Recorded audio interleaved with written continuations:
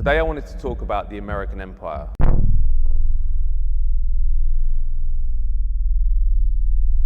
Now we're talking about the most powerful empire in the history of the world. And you're someone who's written and made documentaries about the topic extensively. Why did you decide to focus on the US empire? Because although it's the most powerful empire in human history, many journalists shy away from investigating it, looking at what its effects are around the world. But you've dived in deep straight away. What was it about this topic that made it so attractive to you as an avenue for journalistic investigation? Right. A lot of American journalists working in corporate media institutions have to be true believers in the system. So they have to believe in that reigning orthodoxy of US capitalism and the premise, fundamental notion of American empire. As an activist, I was radicalized in a post 9/11 world at a time when this kind of unrelenting patriotism and nationalistic fervor took hold of the population and activated that reptile brain with so many people. I was going the opposite direction. I mean, I was just kind of burying my head in literature, Noam Chomsky, Howard Zinn, thinking, how the hell did something like this happen? What was our government doing around the world to prompt something like this to happen to us? So, I mean, through my radicalization and anti-war activism, I realized that both parties were complicit, that the Democrats were just as complicit as the Republicans. I remember when Nancy Pelosi said impeachment was off the table for George W. Bush. And that was the moment for me where I really understood that this was systemic. And then it all kind of led me to media literacy and media activism and having media be the conduit for truth telling and storytelling and uplifting these narratives of people who are subjugated by US foreign policy and US narratives, because the media is just as captured as the US political system. And in fact, that we see the corporate media is essentially just an appendage of the ruling class. And it's used to propagandize and manufacture consent about empire at home and abroad. So it was through my awakening of the nature of empire, and then just realizing that I needed to become a journalist. I needed to use a media platform to educate people, because I felt like political education was the most important thing in the world. I mean, we would not be looking at the situation that we have today if the majority of Americans were politically educated on the nature of what their government was doing in their name. Just to pick up on that point about the Republicans and the Democrats and their relationship with the US empire, is there any qualitative difference between the two major parties and the operations of the American empire? Or are we talking about a system which operates at a much deeper level and the political system is just a surface irrelevancy, and whoever's in the White House doesn't matter, the operations of the American empire will continue regardless? To a certain extent, absolutely. I mean, look, the notion of the deep state, this unchangeable government system that operates behind the scenes, not in the shadows. I mean, they're operating pretty openly, and I think that this happens with the confluence of numerous think tanks in conjunction with these corporate industries who essentially puppet our government. Yeah, I mean, when you're looking at US foreign policy, there essentially is zero difference between the two major corporate parties. The Democrats like to present the veneer of progressivism. They like to, put forward rhetoric that sounds liberal, and but behind that, essentially, they just advocate for right-wing policies anyway. And so the problem that you have is, though, even though the Republicans are much more open about their Islamophobia, about their chauvinism, about their supremacy, that they would like to position themselves in the world and carry out all of these horrific, deadly, earth-destroying policies, the Democrats will sign off on all of them while lying to your face. And what that does at the end of the day is it just essentially is status quoism over and over again. And when you have the status quo putting tens of millions of people in poverty, we're not even talking about the middle class, we're talking about poverty in America. When you have people suffering, when you have climate change on the precipice of catastrophe, status quoism isn't really going to sell. It's not going to mobilize young people to go out and cast their vote for you. So what we see is voting against the lesser evilism, and this is the whole trajectory of American politics for the last several decades, is being browbeaten that you're going to get a fascist elected if you don't vote for Democrats. And so it's just staving off the inevitability of a Trump. Because when you continue to vote for the lesser of two evils, and when both of them are pretty fucking evil, you're just pushing off the inevitability for a fascist to really take power. And I mean, look, like when we're looking at the genocide in Gaza, there's no greater crime that a state can commit other than genocide. So it doesn't matter if Trump would be doing the exact same thing, which I'm pretty sure he would be. Right now, Biden is overseeing that. And so, to be told over and over again by the Democratic Party that if you don't vote for Democrats, Trump will get elected at this moment in time, the rhetoric is pretty meaningless because there's nothing worse than what's going on in Gaza. It's interesting to hear you talk about your trajectory because it's similar to mine in many ways. Before I started Declassified UK, which focuses on Britain, I was always looking at US foreign policy and US empire because everywhere I'd gone around the world as a journalist, I was seeing that liberation movements, people's movements around the world that were rising up would always come up against the US empire. They would always be smashed at some point by the US empire. So that made me understand that the US empire is one of the major impediments to progressive change in the world. William Bloom called it killing hope. Can you just talk a little bit about the effect of the US empire on people around the world? What does it do? Yeah, William Bloom was a great inspiration to me as well. I mean, just the book Blowback from Chalmers Johnson, unpacking the role that the US has played to essentially treat the planet as its playground. I mean, look, the United States empire is the largest, most destructive, violent military apparatus in human history. We've never seen something that matches the military might of the United States. It has 800 to 1,000 military bases around the planet in at least 80 countries. This doesn't include lily pad bases, secret CIA outposts. And so when you're looking at the scale and scope and reach of the United States, I mean, it becomes completely unquantifiable because just beyond its military reach, the control culturally, the control of the US dollar, the economic strangulation that comes with not following the US dictates. So, I mean, my trajectory as a journalist traveling around the world, speaking to the victims of US foreign policy, speaking to the people on the front lines of these largely hidden struggles against US militarism, everywhere from Okinawa to Guam to Hawaii to Alaska to Palestine. It's the same story over and over again, and people will always point to the United States as the greatest threat to global peace. People would be shocked, I think, largely to realize that the rest of the world really does look to this country and thinks that it's the largest factor of global instability and war. So, I mean, we're looking at a multitude of ways that the US imposes control and hegemony around the world. It used to just kind of openly install dictators that bowed to its dictates. It used to, basically do these bloody, violent coups, outright invasions. We saw a rehabilitation of the US empire in the post 9/11 world. And so somehow the CIA was deemed good again, right? So the last 50 years of all these bloody coups and invasions and the armies essentially that were just tamping down on communists and left-leaning activists and peasants around the world in this bloody war against communism. All of that was kind of like just forgotten about, right? The historical revisionism in a post 9/11 world rehabilitated all these institutions. And so it took a while for people to really to see that evil nature of the US again. And, they just changed the language. It used to be really outright and really open.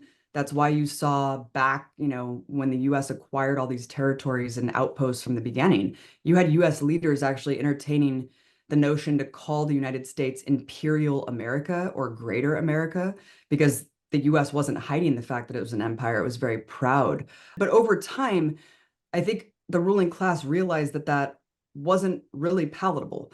And so they kind of have tried to hide the notion that the United States is an empire, and people really don't understand and can't really grasp that notion of how it operates as an empire. Now, it does all the same things, but through a kind of murkier, more obfuscated lens of humanitarianism, It uses the language of, democracy and human rights.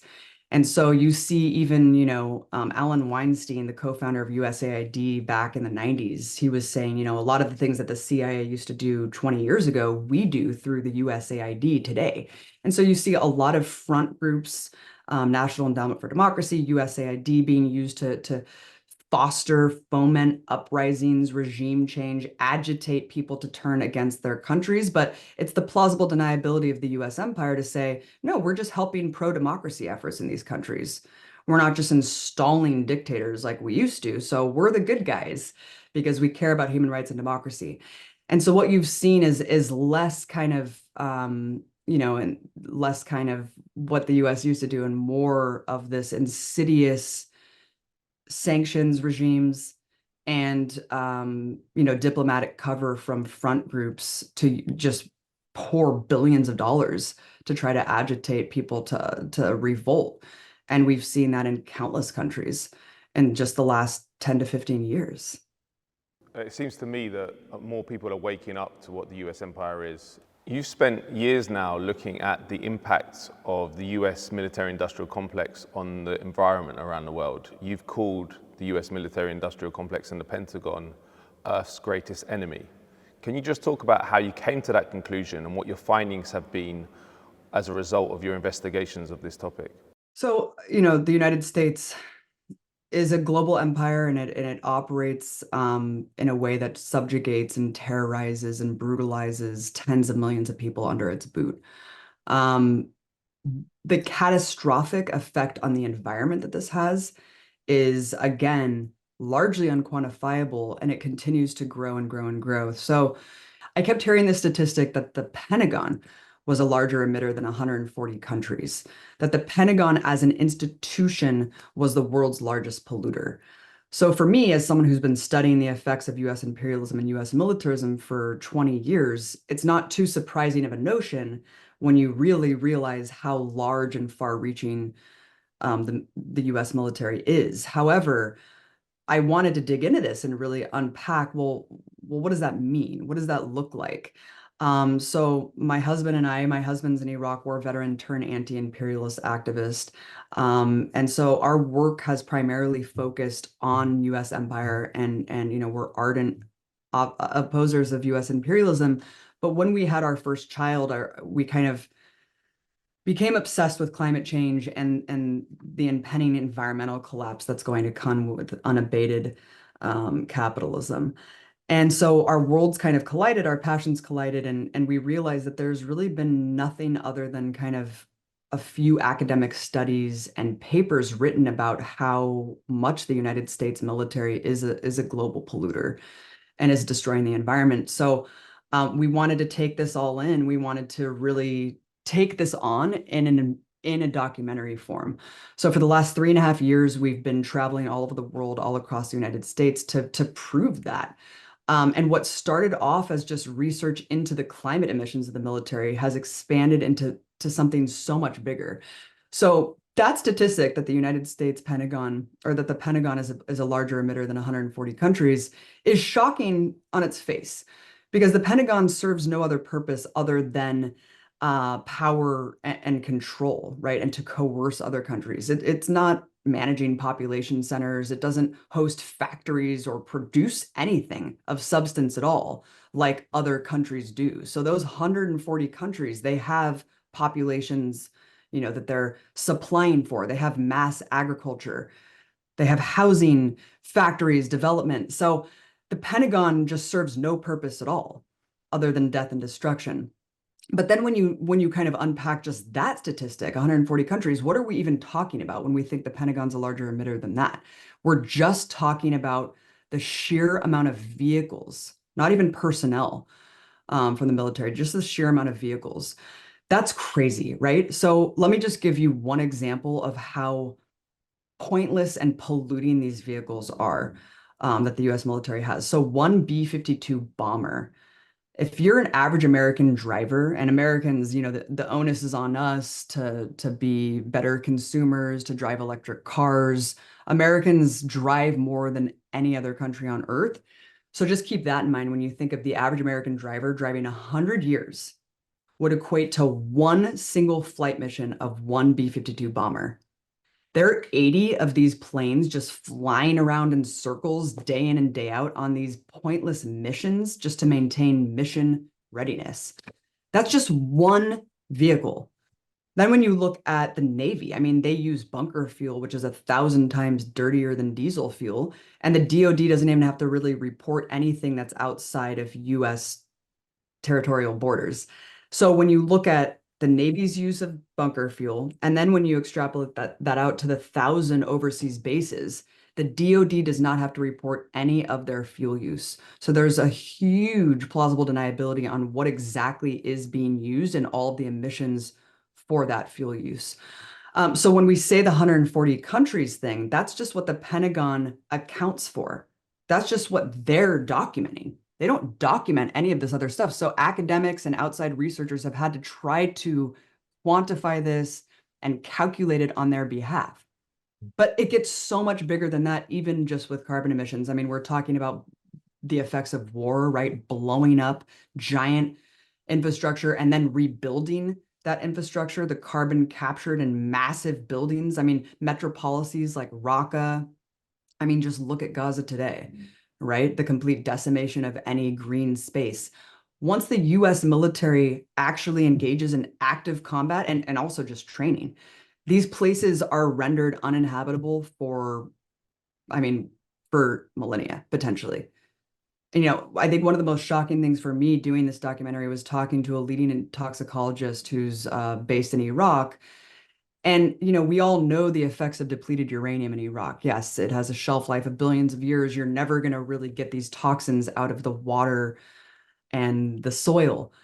But what was crazy to me is that just bullets, right? Just bullets also toxify permanently the soil and the health of anyone in the area. I mean, it's a dead zone. And that's just with arms that I mean, no one doesn't use bullets. Like every single site of war uses bullets. And that's very, very toxic as well. Very, very toxic as well. So basically everywhere that the United States is and houses a military base leaves behind just a polluting mess. They just treat these areas as dump zones. In the United States, there's 1,300 polluted sites. 75 to 80% of them are either current or former military institutions. And I mean, these are like urgently in need of cleanup. And there's so many more that are just not even designated because of just the politics and how the cleanup efforts work. So just imagine what that's like abroad. These 1,000 bases, they treat them as dump zones, as testing zones. They treat the indigenous people as just guinea pigs. And then they just leave and don't clean up their messes. And they're constantly expanding, right? As we prepare for war with China, they're increasing the militarization on all these islands in between the US and China. And so that's what we're focusing on Earth's Greatest Enemy is really, the buildup of military on these islands and the effect that it's having on the indigenous communities. But it's absolutely shocking when you really unpack it. It goes so far beyond just emissions. It's the habitat destruction. It's the nuclear fallout. It's the fossil fuel capture and infrastructure and also the enforcement, because all of this is just used to enforce fossil fuel infrastructure. The Pentagon has ceded to the notion that climate change is happening. It's very real. And instead of trying to mitigate their contribution to it, they are posing as the solution to it. So, I went to these climate treaties and conferences, and I was confronting who are supposedly the leading Democratic progressive governors and politicians about why is it that the military is just completely not, they don't have to basically count their emissions. None of these emissions are counted in any of these climate treaties. And they kept telling me the military is the solution. The military is the solution. The military is going to be used to deal with the influx of refugees from the climate crisis. The military, we need a bigger Navy because the oceans are going to rise. That's what Frank Pallone from New Jersey, a senator from New Jersey, actually told me. So it gets really kind of cartoonish when you look at the bigger picture of what they're preparing for and the one of the biggest contributing factors, which is the US military, is being seen as this is the solution to the crisis. And so it's a self-fulfilling prophecy. The military and the Pentagon, the role of US empire poses an existential threat to the planet. This ever-growing military apparatus and the function of US empire, I mean, it runs counter to a habitable planet. It's impossible to maintain if we want a sustainable future for our children. It's simply impossible to have both. It seems to me that the environmental movement needs to engage with the US empire and US militarism as a major factor in the climate crisis. And it's quite hard for the people of the world to fight back against what you're talking about. In my opinion, it's going to have to come from the American people themselves. So I was wanting to ask, what is the status of the anti-imperial movement in the United States?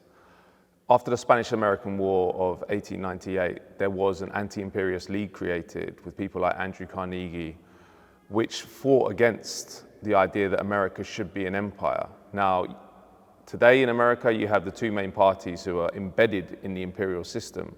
But underneath that, on the grassroots, are there shoots of resistance and shoots of hope that can be built up and take on the military-industrial complex and the US imperial system?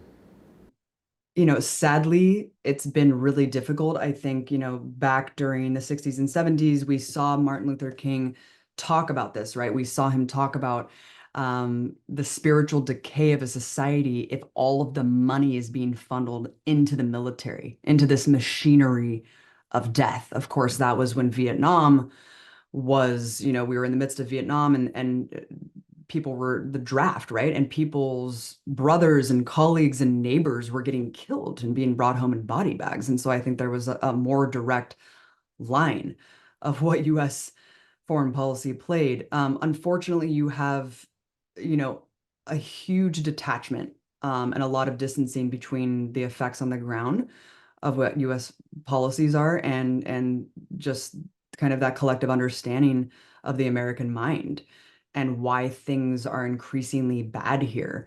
There needs to be that link. And again, it goes back to political education because we've been miseducated. We've been, purposefully miseducated, I would say. And so unfortunately, we're at a place now where there's a lot of work that needs to be done to link all of these disparate struggles together to understand the root of a lot of our problems is that global supremacy that comes with having an empire, right? And how many resources are sucked away from the American people. I think right now is actually an incredibly optimistic time and something that I'm looking at, thinking that something could finally change, that this could be a radicalizing revolutionary moment. It started, obviously in the wake of 9/11, we saw the Iraq War, we saw so much resistance to that war. But again, it was something that the United States was carrying out directly, right? Even though the US is overseeing and subsidizing the genocide in Gaza, it's not directly being done by the United States. And the fact that you see millions of people putting themselves out there, putting their bodies on the line, willing to risk arrest, I mean, going out and confronting politicians and never giving them a moment's peace. I think this is something really beautiful because it shows you the mass awakening from especially Gen Z in this country, understanding the fundamental principle of that the United States plays, understanding the subsidization of genocide and apartheid, understanding the colonial role that Israel plays for the US as its outpost in the Middle East. And so all of these things, I mean, the police being trained by Israel, right? Black Lives Matter, immigration. I mean, all of these things, I think people are waking up and realizing it's all just one source. It's all one source. And so we need to direct our energy toward the culprit, right? Toward the people who are overseeing and facilitating this mass murder. So for the first time in my life, Matt, I feel optimistic about where we are as a society, where the resistance lies, and the protests, and that consciousness being awakened. And I've never seen so many people talking about imperialism. I've never seen so many people addressing the reality. And I think it also is beautiful to see people completely tuning out corporate media. The younger you are, the less you're going to pay attention to these corporate media narratives that are dictated to us.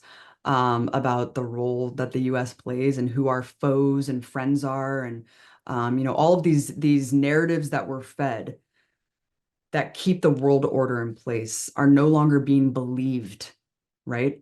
The propaganda isn't working. Mm. So for the first time, I see a future, a different future, and the possibilities are endless. But we need to act quick, Matt, because Palestine can't wait, and certainly the world can't, especially when you're looking at climate change. Yeah, I agree with that. I've seen the transformation that you're describing in exactly the same way in the UK and around the world. So it is an optimistic time amidst the horror in Gaza. I just wanted to ask about the question of US support for Israel. Why does it give such undying support to this little colony in the Middle East? There's two arguments, aren't there? One is that the political system in America has been captured by the Israel lobby. And there's one which is that it serves a geopolitical function, i.e. it's a military outpost in the middle of a potentially hostile region. Where do you come down on that debate? Because obviously Israel originally was a British creation, and the former governor of Jerusalem was asked in the 30s, why does Britain support Zionism? And he said, we want a little Jewish Ulster in a sea of potentially hostile Arabism. So the idea was, they could use this little Zionist outpost to keep the Middle East backward, to keep it being run in the interests of the imperial powers. Now, I believe that was probably true at some point, but it seems to me now that the Israel lobby is the deciding factor why you have such bipartisan support for Israel. Where do you come down on that debate? Well, look, I mean, we use Israel as a battering ram and our colonial outposts, our eyes and ears in the Middle East, because oil is still the pivot of the modern industrial economy, and the US is a capitalist hegemon. And so I wouldn't take away that utility for US capitalism being this stronghold in the Middle East where the oil, flows. I mean, that's why all these bases around the world to secure the flow of our resources. I think that the lobby is certainly very powerful and strong, but I kind of tend to go to the notion that, the lobby doesn't make people lie, right? The lobby, you can't really pay someone. I mean, obviously, if you have no soul and if you're just a complete, you know, demon, you can just be paid $1 million and just say whatever you want. But I think that the majority of people, the lobby buys into their agenda. So like Marco Rubio, when he was speaking to the Parkland kids about stop, they were saying, please stop taking money from the NRA. And he was just like, the NRA buys into my agenda. I don't support the NRA because they pay me. So it's similarly to me working for Russia Today. I didn't lie because Russia Today was paying me to be an anchor. They bought into my agenda of being an outspoken critic of US foreign policy. And I think that's what we're seeing in general with the US political system. You kind of have to be a Zionist to get into the political system and to keep your position as a US politician, just because it's part and parcel with being an empire baby. I mean, you can't really question the fundamental notion of the position that your government and plays around the world. So I think, similarly to what we see as like journalists getting into these institutions and why are they playing along? Why don't they speak fairly about Palestinians? No, they're true believers. Like they're ardent believers in Zionism and US empire and capitalism, fundamentally. So I think that the lobby, even though it is true that the lobby will spend millions of dollars to discredit and delegitimize politicians like Rashida Tlaib or Ilhan Omar, even insidiously through topics that have nothing to do with Israel at all. That I think is the most hurtful aspect that really speaks to the power of the lobby, that it can really oust politicians who are critical of Israel without even talking about Israel. I mean, they'll fund attack ads about something entirely other than Palestine, Israel to really foster that kind of like opposition to a candidate. But I think in large part, the lobby is not why people are pro-Israel in this country. I really don't. I think that our politicians have been captured by Zionism before they even get a cent from AIPAC. I think it just helps them cement that silence. And even if, let's say, Elizabeth Warren, maybe she's perturbed by the 1,000th child blown apart, Well, maybe she won't say anything because she still wants to cash that check or, have that meeting. And she doesn't want to step on people's toes. But I think by and large, these people have already been captured a long time ago. Yeah, I kind of agree, but I do think that the lobby has a powerful impact in keeping politicians in line. I wanted to ask now about who benefits from the US empire, because a large part of the book, The Racket, that I wrote based on my experiences at the Financial Times, is based on reporting that I did inside the United States on the huge amounts of poverty, destitution that exists within the United States, and huge inequality as well. And I know that the United States empire is not often even acknowledged, but when it is, people like Max Boot and others say, well, at least we get all these resources from around the world and they're distributed at home and it makes us a rich country. But my feeling is actually the benefits of American empire, or the financial benefits, go to a very, very small elite in the United States. Do you agree with that? And can you just talk about who really benefits from the United States empire? Right. Well, America is just run by different arms industries. I mean, that's what the American government is. It's basically defense contractors wearing suits, dictating policies that benefit them. And they use the media as their propaganda organ to consolidate that control. You look at the corporate media and how it functions, and it's subsidized by the very arms companies that make war a racket. It's quite fascinating too, because it's all kind of couched in these policy prescriptions from think tanks like the Atlantic Council, that's also hosted and subsidized by defense companies. So it's very disturbing. I mean, at least when Donald Trump was president, he was boasting about the fact that he was essentially the arms salesman in chief. That's essentially just the role of the US government. It's completely captured by the military industrial complex, and that's the only thing that they care about. That's why all of our money, $1 trillion, is spent to uphold this global supremacy and global empire. That's why President Biden, when it comes to the genocide in Gaza, he's willing to circumvent every democratic role and maneuver to just continue to funnel arms to the people committing genocide, even though he has the executive power to do a lot, to absolve debt. He can, with the flick of a wrist, do so much for the American people, right? But we've been told for decades, no, no, no, the president doesn't have that much power. We have to go through Congress. Oh, no. Well, a gun was put to my head for 20 years saying, if you don't vote for Democrats, your right to abortion will be taken away. And now that it has been taken away, just keep voting for Democrats. Eventually, they'll put Supreme Court justices in that will eventually reinstall Roe v. Wade. So don't worry about it. I mean, it's absolutely insane. They can do so much by themselves, but that's just the perpetual excuse, right? And I think it's so laid bare with the genocide in Gaza of how much control and authority the president really has to make our lives better. But they choose death, destruction, and misery so they can continue to line their pockets. Yeah, very true. Now, the title of my book is The Racket, and that comes from a speech given by General Smedley Butler, who died the most decorated Marine in US history. And he had signed up to the US Army in 1898 for the Spanish-American War and fought in all the campaigns in the early 20th century in Central America, China, and other places.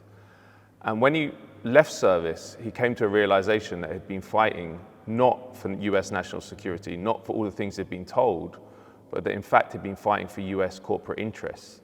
And he said, I was a gangster for capitalism. Al Capone could operate in 4 districts. I operated on 4 continents. Do you agree with Smedley Butler? Is this how the US empire runs, that the Pentagon, the military, is effectively an arm of US corporate power?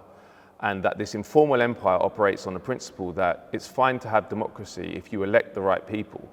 But if you elect people who don't allow us to penetrate your markets, who don't allow us to do what we want in your economy, then we'll take you out, either through the military or through intelligence services campaigns. Smedley Butler was right, and it's gotten so much worse. He would be rolling in his grave if he could see what the United States has turned into today. I mean, that was just on the cusp of, this kind of rule of economic gangsterism that's just been deployed and systematically institutionalized across the entire planet. I mean, the United States controls almost every aspect of the world. The countries that have not bowed to the dictates of the US are perpetually deemed enemies, adversaries that need to be quote unquote dealt with.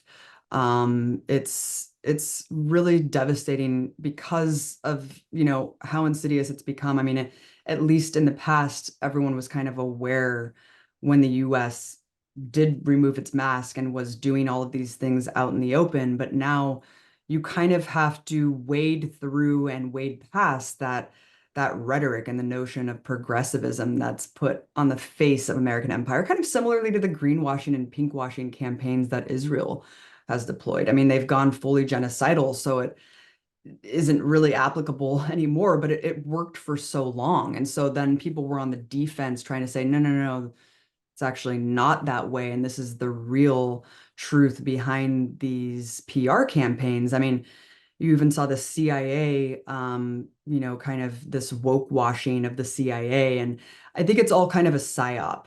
And today we see the economic control of the US is more pervasive than ever before. The US is waging secret warfare in more countries than ever before. And it's kind of permanently, kept this global order in place with the plausible deniability, especially with the use of these sanctions that, the vast majority of people really would not, they would be shocked to learn all of the places that the US has boots on the ground in, all of the secret wars that are being waged by the US, the drone strikes, the bombing campaigns, and the sanctions. I mean, sanctions have been the most preferred weapon of war because of the plausible deniability. I mean, you don't even have to really mention the fact that the US has a sanctions regime on Cuba, on Venezuela, on Iran, on all of these countries. And instead, the corporate media will just paint these countries in free fall, look at how corrupt they are, without mentioning why. It's all just painted as if they're just dysfunctional in a vacuum. And so this is, I think, the preferred method of warfare today for very good reason. And in fact, Biden's Treasury Department says that these are the first line of defense. I mean, this is the first foreign policy measure from the Biden department. All of the sanctions that Trump put in place during his administration, Biden barely removed any of them. And, sanctions are war and they kill people. And they are specifically designed to hurt the most vulnerable people of the population, the sick, the elderly, children, pregnant women. It's heinous. It's heinous. And they kill tens of thousands of people. But again, the US will just say, we're not doing that directly. Sanctions only hurt the people at the top, right? And we know that that's not true. It's a cynical, disgusting policy that is designed. This is literally what they will admit. Sanctions are designed to try to make people so miserable in a country that they will revolt, that there will be a revolution, and that they'll overthrow their leaders because their life has become so bad. I mean, that's a pretty crazy calculation for the US to do. But they're doing it. They're doing it everywhere. Sanctions have increased like 1,000% just in the last 20 years. So when we're looking at somewhere like Venezuela, Cuba, or Iran, it's really devastating, especially in the wake of something like COVID, because whenever there's another global pandemic that will be deadlier, we already saw what the US will do. They're not going to act like good neighbors and good Samaritans and help extend humanitarianism around the world. No, they're going to use that as an opportunity to essentially expand their mode of death and destruction, prohibiting syringes from being able to reach poor Cubans, right? I mean, Cubans at the height of COVID had to choose between baby formula and oxygen.